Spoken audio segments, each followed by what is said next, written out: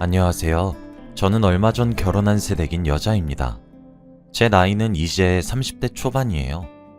아직 깨가 쏟아지는 달콤한 신혼기간이라 너무 행복한 시간을 보내고 있는 와중인데 잠시 짬을 내서 이렇게 사연을 써서 보내봅니다. 제게 정말 드라마나 영화 속에서나 일어날 법할 정도의 무척이나 황당한 일이 벌어졌거든요. 지금은 모두 해결이 되었지만 정말 살다 이런 경우를 난생 처음 겪어서 많이 놀랐었어요. 글솜씨가 많이 서툴러도 양해해 주시길 부탁드리며 이야기를 지금부터 시작하도록 하겠습니다. 저뿐만 아니라 누구든 다 똑같겠지만 저도 정말 큰 사랑받으며 컸습니다. 게다가 저는 외동딸이었거든요. 저희 집안이 그리 부유한 것은 아니었습니다. 하지만 은행장으로 계신 아버지와 전업주부이신 어머니의 사랑을 듬뿍 받으며 모자람 없이 자랐습니다. 엄청나게 비싼 것들을 두르고 지내보진 않았지만 그렇다고 부족함이 있었던 것은 아니었어요.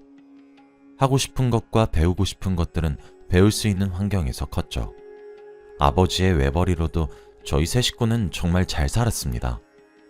저희 아버지는 항상 제게 자상하게 대해주셨지만 유달리 깊고 자세하게 절 교육시켰던 것이 하나 있습니다. 바로 사람 보는 눈을 기르는 것이었죠. 많은 사람과 경험을 겪어야 한다는 것을 강조했고 그 과정에서 제가 성공을 하든 실패를 하든 제게 무엇 하나는 배웠다며 지지해 주셨습니다. 그래서 그런가 저는 사람에 대한 촉이 유별나게 좋은 편에 속합니다. 제가 쎄하다고 느꼈던 사람들 중에서 정말 쎄하지 않았던 인간은 단 한 명도 없었고 제가 믿고 의지했던 사람들 중에서 저를 배신하고 뒤통수를 쳤던 인간도 단 한 명도 없었어요. 저희 아버지는 항상 말씀하셨어요. 사람을 조심해야 한다고 말이에요.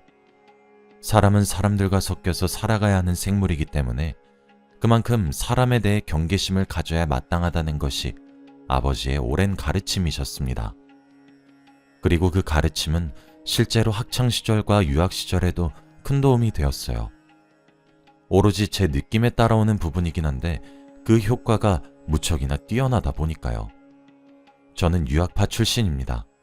그래서 그런지 외국어에도 굉장히 능통합니다. 유학을 끝내고 한국에 들어서자마자 여기저기서 회사에 입사해달라는 스카우트 제의가 쏟아지기도 했었죠. 그중 가장 마음에 드는 회사에 입사를 했고 지금의 남편을 만나게 되었습니다.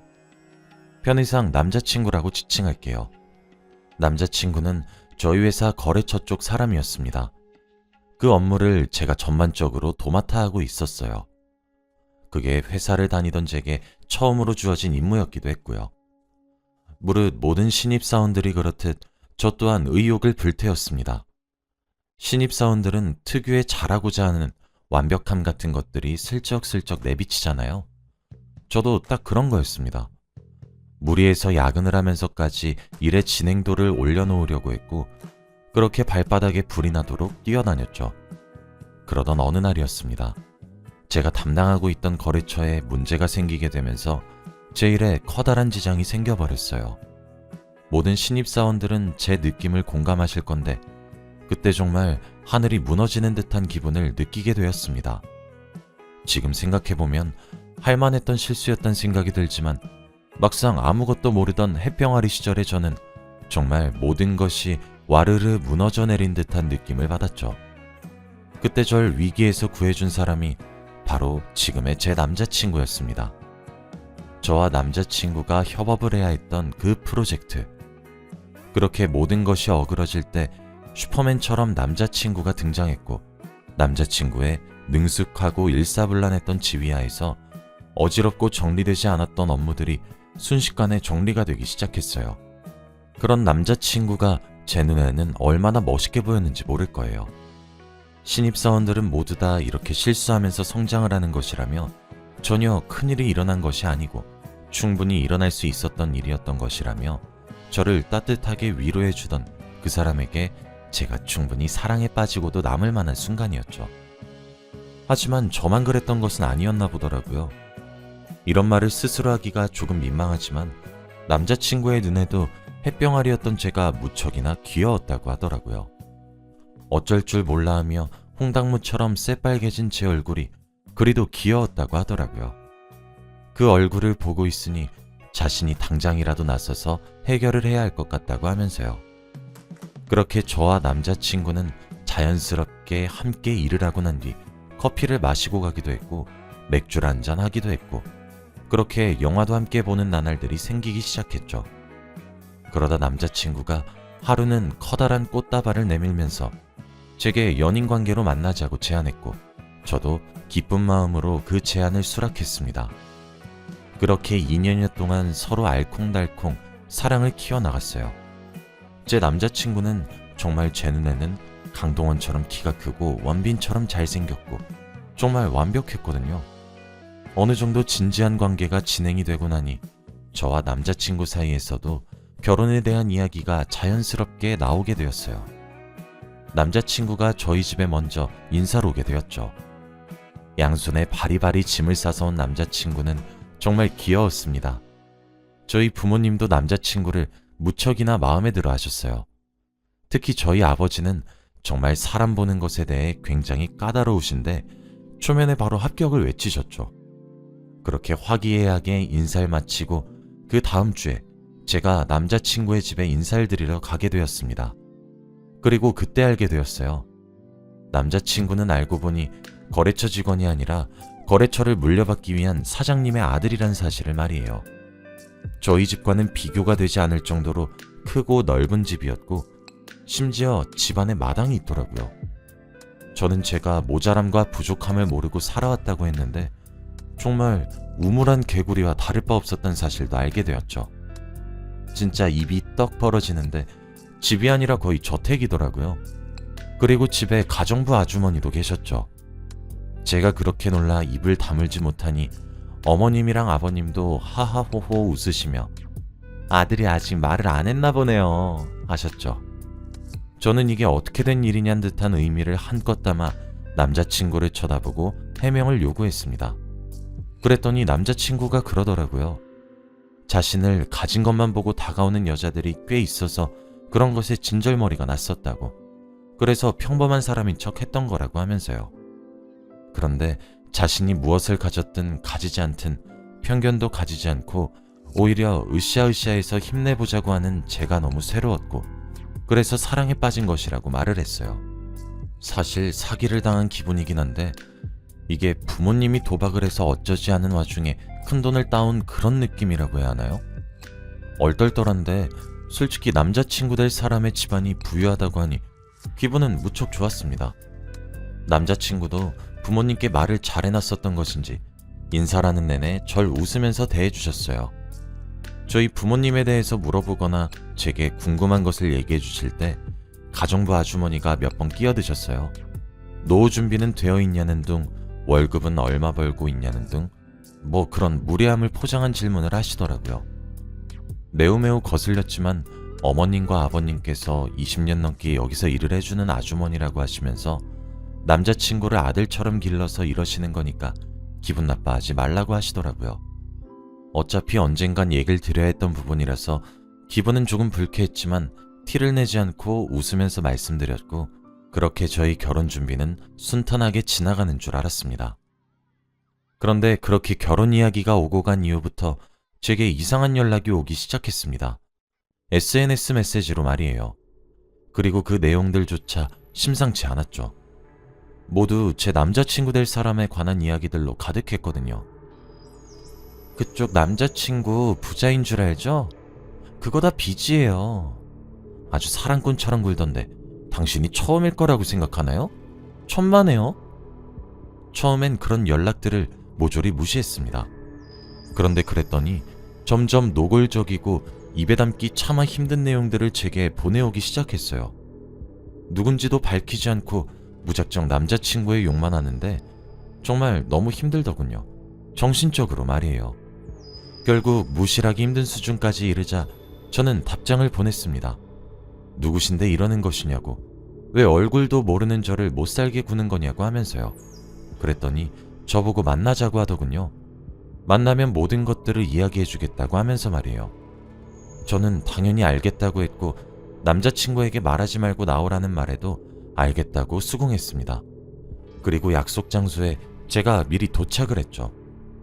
출발할 때 저는 집에 있던 안 쓰던 휴대폰을 충전해서 가져갔어요. 대화 내용들을 모조리 녹음할 생각으로 말이죠. 10분 정도 지났을까? 또각또각 하이힐 소리가 들리더니 제 맞은편에 청순하게 생긴 어떤 여자 한 명이 털썩 앉더군요. 그러면서 김정수 씨 여자친구분 맞죠? 라고 했어요. 맞다고 하니 그때부터 제게 이야기를 하기 시작했어요. 당신 속고 있어요. 정수 그 자식한테 전부 다요. 그 사람 부모가 살고 있는 집? 회사? 다 거짓말이에요. 대행알바를 사용한 거라고요. 당신 그 사람이랑 결혼까지 하려는 것 같던데. 내가 당신 인생 구제해주는 거예요. 빚더미로 가득하고 거짓으로 색칠한 그 사람 인생에서 내가 빠져나올 수 있게 해주는 거라고요. 당신 당장 그 사람이랑 헤어져요. 그리고 그 사람이 결혼하고 싶다고 데려간 여자가 당신이 처음인 줄 알아요? 저도 한때 당신의 입장이 되어본 적이 있어요. 이건 그때 찍은 사진이고 이 사진이 그 증거죠. 그러니 잘 생각하길 바래요. 하면서 제게 사진 한 장을 건네주었어요. 지금보다 몇 살 정도 더 앳돼 보이는 제 남자친구 옆자리엔 제게 결혼을 말리려는 그 여자의 얼굴이 함께 있었고, 그 뒤로 제 시댁이 될 식구들과 가정부 아주머니까지 함께 서 있었어요. 마치 가족 사진을 남기려는 것처럼 말이에요. 저는 커다란 패닉에 빠졌고 어떻게 해야 할지 모르겠더군요. 아무런 말도 없이 그 사진을 우두커니 바라만 보고 있으니 그 여잔 다시 사진을 뺏어가더니 제게 고마워라며 큰 소리를 떵떵 치고 갔습니다. 사람 보는 눈 하나는 기가 막히다고 생각했고 배신감 한번 느껴본 적 없었던 저는 충격에서 헤어나오는 것이 정말로 쉽지가 않았습니다. 저는 한참을 그렇게 멍하니 앉아있다 남자친구를 만나야겠다는 생각만 들었습니다. 그리고 그 길로 남자친구의 집에 찾아갔어요. 어머님과 아버님이 있는 자리에서 물어야 한다고 생각했거든요. 늘 예의 바르게 굴었던 저였는데 밤 10시나 가까이 되어 급작스럽게 찾아온 저를 보고 모두 많이 놀란 듯 했습니다. 하지만 그 모습이 제게 더 이상 중요하지 않았어요. 저는 늦은 시간에 죄송합니다. 정말 꼭 지금 말씀을 드려야 할 것 같아서요.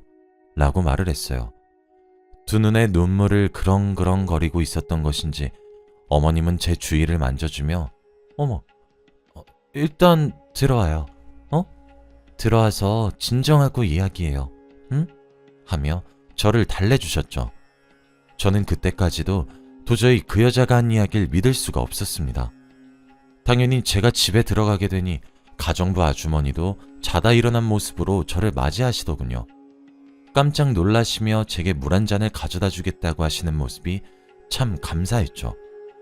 그렇게 저는 냉술 한 잔 먹고 이성적으로 모든 것을 이야기하려고 했어요. 그런데 왈칵 눈물이 나더라고요. 그렇게 횡설수설 이야기가 시작이 되었습니다. 어머님도 아버님도 그리고 제 남자친구도 늦은 밤에 놀랐을 텐데도 불구하고 제 말을 중간에 자르지도 않고 끝까지 들어주셨어요. 그리고 제 이야기가 모두 끝났을 땐 어머님과 아버님 그리고 제 남자친구는 황당해하며 이야기했죠. 그리고 누구에게 들었는지 그 사람 전화번호나 이런 것들을 가지고 있는지 이런 것들을 물으셨어요. 그런데 제가 너무 정신이 없고 놀란 나머지 그런 것들은 받질 않았더군요. 그러다 제가 사진 한 장은 봤다고 했어요.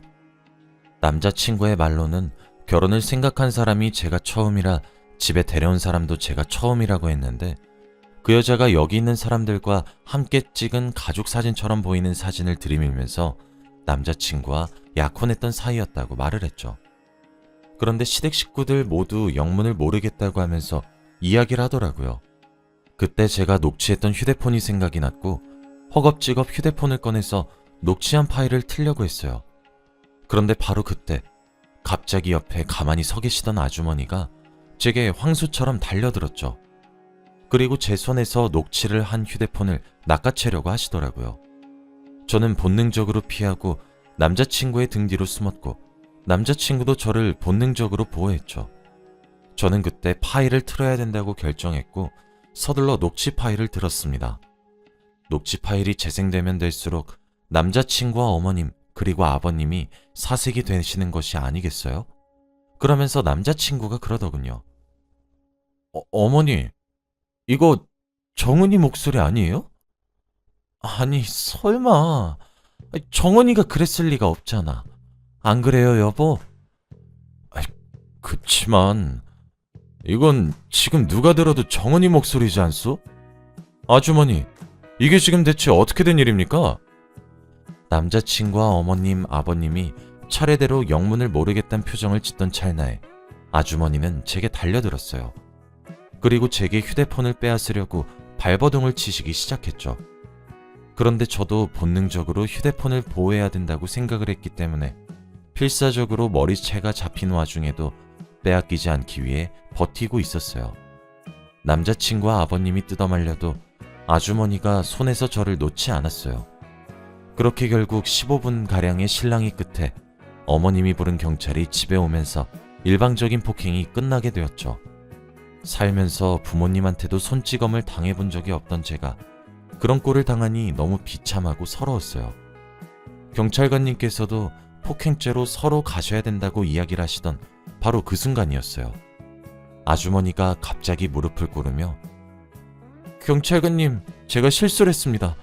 미안해요, 죄송해요 하면서 사과를 하셨어요. 제가 아닌 경찰관님들을 향해서 말이에요. 경찰관님들도 저희에게 이러지 마시라고 이야기를 하면서 말리시더군요.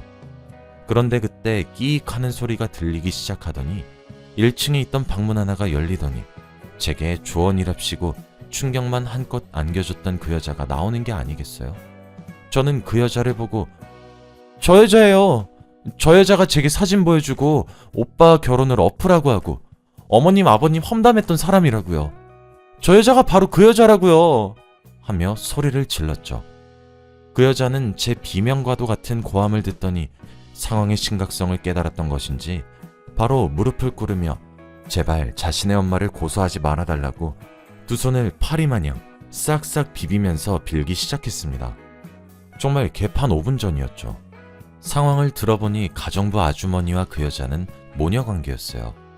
제가 오밤중에 찾아와 자초지종을 이야기하던 그 순간 아주머니는 직감적으로 자신의 딸이 요상한 짓을 했구나 하며 직감하셔서 어떻게든 막아보려고 했던 거였으나 제가 막혀지지 않았던 것이었고 그 여자는 집에 가만히 잠자코 들어앉아 있다가 경찰관이 와서 자신의 엄마인 가정부 아주머니를 데리고 경찰서로 가려고 하니 그제서야 허겁지겁 나와서 모든 죄를 실토했던 거였어요. 그러면서 하는 말이 자신이 이 집안의 며느리와도 같은 사람이었는데 자신을 어떻게 이렇게 단칼에 버리냐고 소리를 고래고래 지르고 한탄을 하면서 엉엉 울기 시작하는 겁니다. 정은이란 이름을 가진 그 여자는 남자친구를 남몰래 좋아하고 혼자서 마음속으로 사랑을 키워나갔다고 해요. 그렇게 키워진 망상은 그 여자 스스로가 이 집안의 며느리와 같다는 착각을 불러일으켰던 거죠. 그런데 그런 남자친구가 저와 결혼할 사이라고 해버리니 배신감이 물밀듯이 밀려왔다고 합니다. 하지만 그 배신감을 풀어야 할 대상자로 정해진 사람은 저였던 거죠. 저만 사라지면 남자친구는 다시 자신을 만날 거란 헛된 기대를 품고 말이죠. 그 고백에 정말 거기 있는 모든 사람들은 할 말을 잃었습니다. 어머님이 그러더라고요. 20년 넘게 우리 집에 지내면서 일해준 것도 너무 고마웠고 그래서 정은이를 우리 집 막내딸처럼 어여쁘게 여겨 귀여워해 주었던 것인데 본인들의 행동이 정은이에게 헛바람을 넣은 것 같다고 너무 기가 막히고 어이가 없고 온몸에 소름이 끼친다고요.